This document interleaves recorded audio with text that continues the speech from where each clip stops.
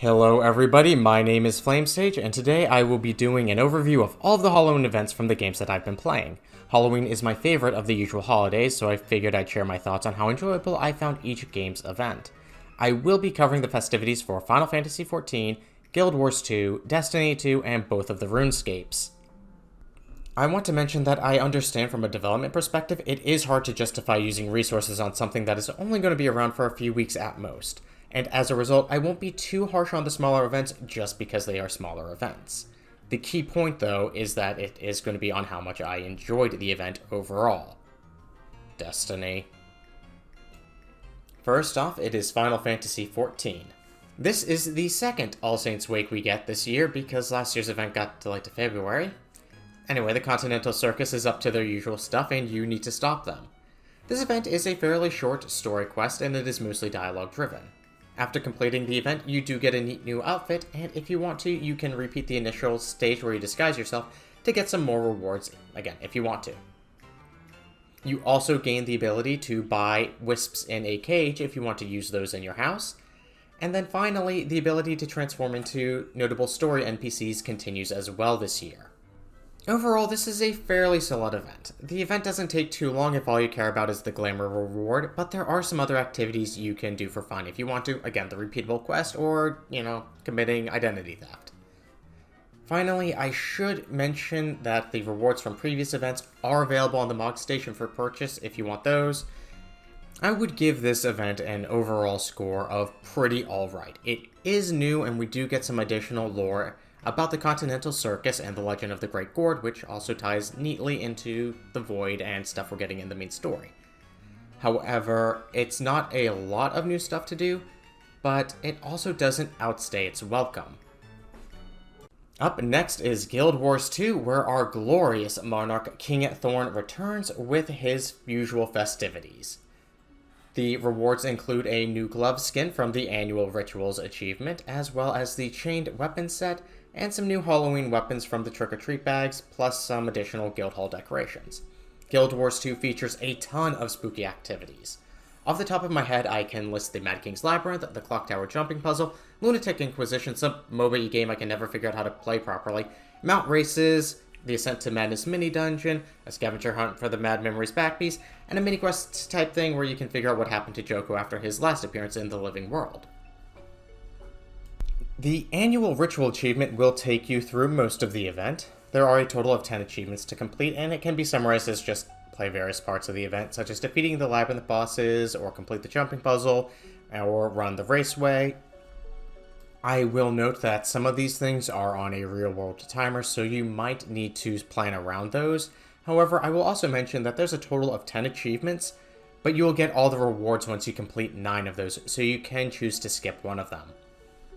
Now, of course, there is also the gem store, where a lot of these spooky items have been re-added, so you can get those if you want to. My one gripe with this event is that trick-or-treat bags have had the consumables removed from them. It doesn't really affect my opinion of the event overall, however, it does make me even more annoyed at the research note system, because this probably was made to stop people from getting cheap research notes. With all of that in mind, I have to say Guild Wars 2's Halloween event is still my favorite out of all of the events I have ever played. While there wasn't a whole lot added this year, there are still a lot of really fun activities, and as such it wins out on both quality and quantity. Now on to OSRS. For this event, you need to talk to some costumed kids around the cauldron near Varrock West Bank, and after receiving a mini cauldron of your own, it is time to start doing some trick-or-treating. If you don't have any of those, you are in luck because as opposed to OSRS giving you all the old event rewards at the end of the event, you will get them at this point. Once you are suitably spooked up, you can use the trick-or-treat option on various NPCs to get candy, or you might also get tricked. I strongly recommend equipping a Ghost Speak amulet, as one of the tricks will summon a ghost, and if you talk to it, the next trick-or-treat will be guaranteed to give you 5 candy, again, as long as you have the Ghost Speak amulet equipped. You can visit King Rold, Aggie, Party Pete, Hetty, and Duke Hiroshio to get a guaranteed 100 candy each. You can then take your candy to the Great Cauldron to unlock rewards. If you want everything, you're going to need a grand total of 720 pieces. As the individual rewards are given out for every 90 pieces you add in, You will need to only donate 540 if you just want the new cosmetics, the Halloween wig, and the witch's outfit, and you only need to go to 720 if you want the additional Halloween mask set plus a couple of pumpkins. There is also the community aspect to the event. You can donate your candy and it will go towards an entire pool of all players' donations, so the entire player base can unlock new looks for the mini cauldron that you get to carry around. I think overall this event is very good. While like Final Fantasy XIV, the event is fairly short, but it also does give you some stuff to do afterwards if you want to. There is the added bonus that all of the trick-or-treat locations have been decorated for the event, so even if you are only scaling in those locations, you can still get into some of the Halloween spirit. The next event to be judged by me is RuneScape 3. This event is mostly a repeat of last year's, where you will be doing various activities around Draenor Manor. There is a new mini-quest where you get the Vampiric Regalia override, as well as some new rewards being added to the Spooky Shop for tokens. As far as the new things go, it is unfortunately not great. The new mini-quest is fairly anemic, especially when you compare it to the greats of RuneScape's past, such as the 2009 Web of Shadows or the 2014 Reaper's House Ghost Hunt events. Because I was recording my playthrough of this event, I was able to time how long it took me, and it was about 5 minutes 15 seconds. Now again, I was recording myself and I had done a run through on an alt before, so I at least would have a pretty optimized route, but even then, that's not a very long event. As a point of comparison, the old school event took me about 13.5 minutes to get all of the new rewards, and part of that included walking all over the map just to talk to the specified NPCs. Meanwhile, the Final Fantasy XIV event also took me about 13.5 minutes, and most of that was going through a lot more dialogue choices than Fame's mini-quest gave me. Once you're completed with that, the only thing remaining are the standard manor activities, and they have all returned this year. The main change is now there are boosts that you can buy for 4,000 tokens each from the Spooky Shop. I personally recommend getting the Cannon boost, because with that boost, according to the wiki, you can get up to 6k tokens AFK and 12k active, and from my experiences, that seems to be about accurate. Thanks to the increased rates, I was able to comfortably get all of the new rewards, and I could also get the previous rewards that I had missed because honestly I ended up being so burnt out of this event last year, so I can say this is a huge improvement. The main new rewards from the Spooky Shop are the Death Mask as well as the Renegade Armor set, and returning is 2009's Web Cloak. I should also mention that Eek from the same event is available by digging up bones if you don't have her already. I will applaud the return of the Web Cloak and Eek, and I am saying that as somebody who earned them back in 2009. I think allowing people to earn old event rewards is great, and honestly I wouldn't mind Jagex releasing more previously released holiday items. Unfortunately, speaking of returning things, now is the part I have to talk about the Treasure Hunter side of the event. As Treasure Hunter preys on those with gambling addictions, I will be providing a timestamp on screen and in the description box below to skip the Treasure Hunter overview. I know that I am an absolute nobody in terms of being a content creator, and quite honestly I'd be surprised if this video gets double-digit views, but even so, I do not want to risk accidentally promoting gambling to those who are vulnerable to it at all. The short summary of this promotion is that instead of receiving oddments with your Treasure Hunter chest, you will be receiving 50 hodments with the option to convert into 50 more. This is going to be regardless of the item's rarity, and there is a little boost you'll get every 12 chests or something. These hodments can be exchanged for previous Treasure Hunter rewards, like last year, such as the ghostly costumes. Now, new to this year are items from Count Yakula's Yak Track, such as the Spooky Blindfold, and a lot of things that are not the Spooky Blindfold. Most of these are fairly priced, but the main source of controversy is the Wraith Walk token, which is new and costs 50,000 hodments. I guess I wanted to tackle the accusations of Treasure Hunter being gambling, since I guess this one technically is more or less guaranteed if you spend enough. However, you're going to be spending quite literally hundreds of keys to get one. And while I mentioned I do appreciate returning rewards, I do feel it is unfortunate that the only way to get these is to use keys, meaning Iron Man accounts are locked out of it completely. I think it would be a nice gesture to offer them by playing manor activities, similar to how Ghostweave was available by skilling years ago.